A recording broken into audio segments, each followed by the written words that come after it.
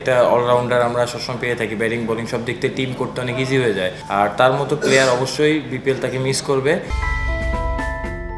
সোহান ঠিকই বলেছেন, সাকিব থাকলে দল গড়াটা তো সত্যিই সহজ হয়ে যায়।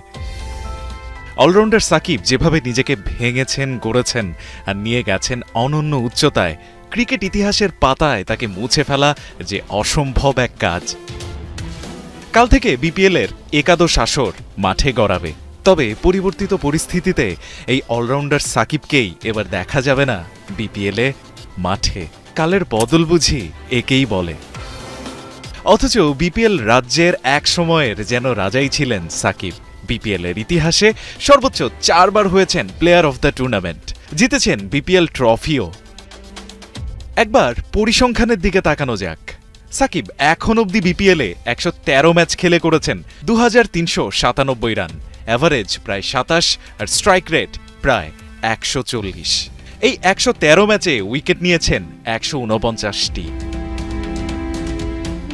এখানেই শেষ না, সময় যত গড়িয়েছে আসর বদলের সাথে বেড়েছে সাকিবের ব্যাটের ধার, যেন বয়সকে দেখিয়েছেন বুড়ো আঙুল। 140 স্ট্রাইক রেট দিয়ে বিপিএল শুরু করা সাকিবের খেলা শেষ 2 আসরে স্ট্রাইক রেট ছিল প্রায় 175 আর 159। সাকিব বলেই বুঝি এসব সম্ভব ছিল। দিন শেষে তাই হয়তো বলাই যায়, সাকিব, বিপিএল আপনাকে মিস করবে।